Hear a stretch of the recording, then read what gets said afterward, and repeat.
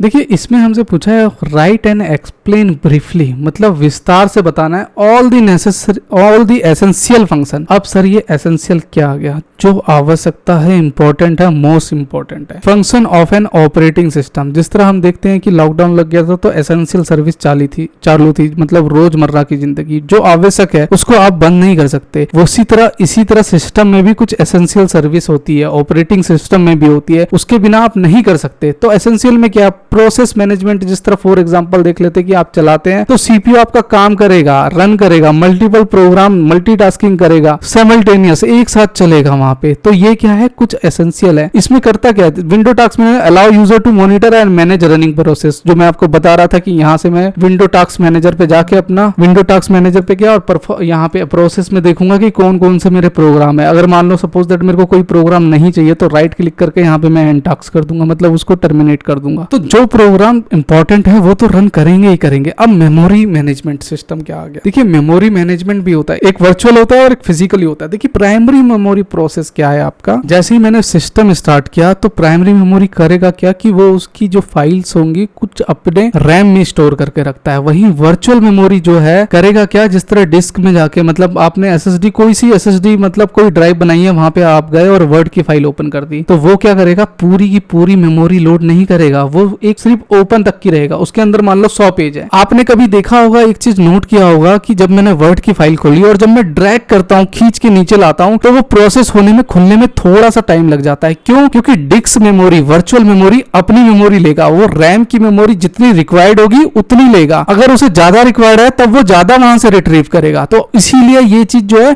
Process में आप देखेंगे कि हल्का सा टाइम लगता है। अगर सिस्टम स्लो है तो स्लो काम करेगा थोड़ा सा। बस यही है मेमोरी मैनेजमेंट। फाइल मैनेजमेंट का मैंने बता दिया आपको एग्जांपल स्ट्रक्चर के थ्रू। आपने फोल्डर बनाया, फोल्डर के अंदर फोल्डर इस तरह बना रखा है आपने, तो फाइल मैनेजमेंट कर रखा है आपने स्ट्रक्चर वे में, data using FAT NTFS etcetera. Device management क्या है? इनपुट आउटपुट में क्या है? कीबोर्ड है, प्रिंटर है, यूएसबी है। तो ये क्या है? डिवाइस के थ्रू मैनेजमेंट है। PS2 के थ्रू लगा रखा है आपने, कोई केबल यूएसबी की तरह कर रखा है, तो वो क्या कर रहा है? Control data flow between CPU and device के थ्रू आप कर रहा है। इसमें जरूरी नहीं है कि जो मैंने आपको दिखाया है सिर्फ यही है। आप एसेंशियल फंक्शन कुछ और भी डाल सकते हैं, अपनी तरीके से बना के डाल सकते हैं। अगर जिस तरह फाइल मैनेजमेंट, मेमोरी मैनेजमेंट आ गया, सीपीयू मैनेजमेंट आ गया, जिस तरह डेडलॉक सिस्टम यहाँ पे आ गया कि डेडलॉक में क्या क्या काम हो रहा है, क्रूशियल में क्या क्या काम हो रहा है। तो ये क्या है? कुछ एसेंशियल फंक्शन है जो हमें पता है कि भैया सॉफ्टवेयर है। जिस तरह सॉफ्टवेयर वर्किंग है, हार्डवेयर वर्किंग है, ये भी क्या है? ये भी एक प्रोसेस है। एसेंशियल फंक्शन में भी आ जाते हैं ये सारी चीजें। देखो जल्दी से अगर मैं दिखाऊं एसेंशियल कुछ, यहाँ है मैंने सीपीयू है, एलोकेटेड रैम है, window task manager, virtual memory, paging के थ्रू देख सकते हैं आप। अब सर ये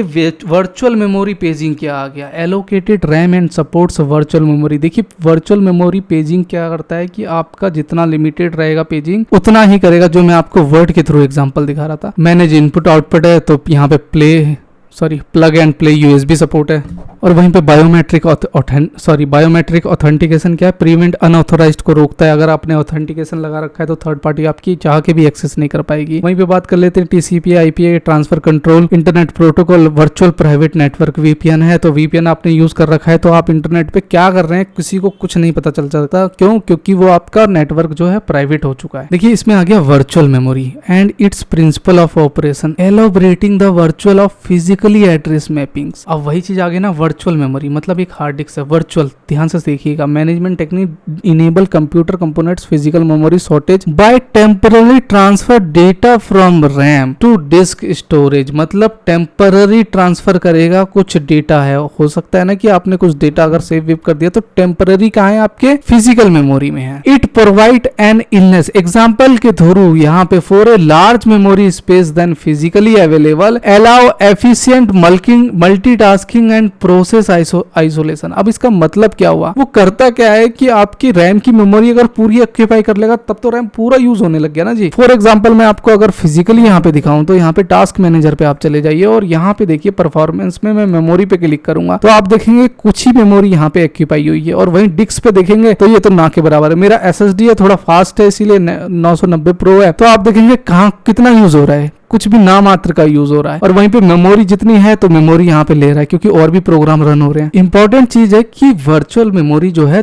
दो चीज पे डिपेंड होता है यहाँ पे, एक डिमांडिंग पेजिंग होता है और एक वर्चुअल फिजिक्स। डिमांडिंग पेजिंग मैंने बता दिया है कि कोई भी आप मेमोरी, कोई भी फाइल ओपन करते हैं तो वो अपनी फिजिकली कुछ मेमोरी लेता है और कुछ रैम की लेता है। वर्चुअल फिजिकली एड्रेस में हम देख सकते हैं तो यहाँ पे क्या करता है, physically RAM disc using page table, वो अपना वर्चुअल एड्रेस स्पेस लेता है। मतलब फिजिकली जो रैम है तो रैम अगर यूज करेगा तो वो अपना एक एड्रेस लेगा, और जहां पे आपने प्रोग्राम बंद कर दिया तो वो एक एड्रेस वहां पे नीलबट्टा वहां पे इरेज हो जाएगा। नेक्स्ट बात कर लेते हैं, with the help of diagrams explain Linux architecture. देखिए लाइनेक्स आर्किटेक्चर होता क्या है, स्पेशल फोकस ऑन कर्नल। अब यार ये कर्नल क्या आ गया लाइनेक्स। देखिए लाइनेक्स एक ओपन सोर्स सॉफ्टवेयर है जिसे कोई भी यूज कर सकता है। लाइनेक्स आप इंस्टॉल कर दीजिए, उसका वीडियो मैं जल्दी डालूंगा कि लाइनेक्स का हम यूज कैसे कर सकते हैं। एक फाइल आप बना सकते हैं, फोल्डर बना सकते हैं कमांड के थ्रू। एक तो रिलायबल है और उसे कोई हैक नहीं कर सकता, और ओपन सोर्स है, मतलब नो एनी लाइसेंस कॉस्ट आपको पे करना पड़ता है। तो ये 3 एडवांटेज होते हैं अपने लाइनेक्स के। यहां तक तो हमें क्लियर है। कर्नल क्या आ गया, एक कर्नल, जिस तरह आर्मी में एक कर्नल होता है, सबको कमांड देना है, तुमको ये करना है, तुमको ये करना है, तुमको ये करना है, उसी तरह लाइनेक्स में भी यही कमांड है, अपना स्पेशल फोकस होता है। उसमें सब कुछ करता है, हार्डवेयर सॉफ्टवेयर क्या है, सीपीयू कहाँ, रैम है कहाँ, फाइल मैनेजमेंट है कहाँ, मेमोरी मैनेजमेंट है क्या है, वो सारा थ्रू कर्नल के ही थ्रू होता है। जिस तरह हम यहाँ पे अपना थ्योरी में पढ़ेंगे, ओपन सोर्स है, multi user operating system. Multi user operating system मतलब एक विंडो भी यूज कर रहे हैं और दूसरा हम ये लाइनेक्स भी यूज कर सकते हैं। It follow layered architecture where different components, मतलब अलग अलग कंपोनेंट से इंटरेक्टेड विद कर्नल के साथ होता है, which is the core of the operating system. मतलब एक 2 कोर है, 3 कोर है, कोर के हिसाब से जिस तरह यहाँ पे कर्नल आ गया, एक कर्नल है, एक सेल है और एक एप्लीकेशन है। ये सारे क्या है, ये प्रोग्राम है और एक हार्डवेयर है। तो कर्नल भी एक प्रोग्राम है। सेल अगर देखेंगे यहाँ पे, विंडो पावर सेल कर खोलूंगा यहाँ पे, तो आप यहाँ पे सर्च करेंगे विंडो पावर सेल, तो विंडो पावर सेल क्या है, ये भी एक प्रोग्राम के थ्रू आप इसमें कमांड दे सकते हैं। और वहीं पे अगर मैं उबू करूंगा, उबू नूट करूंगा, यहाँ पे ओपन करूंगा यहाँ पे,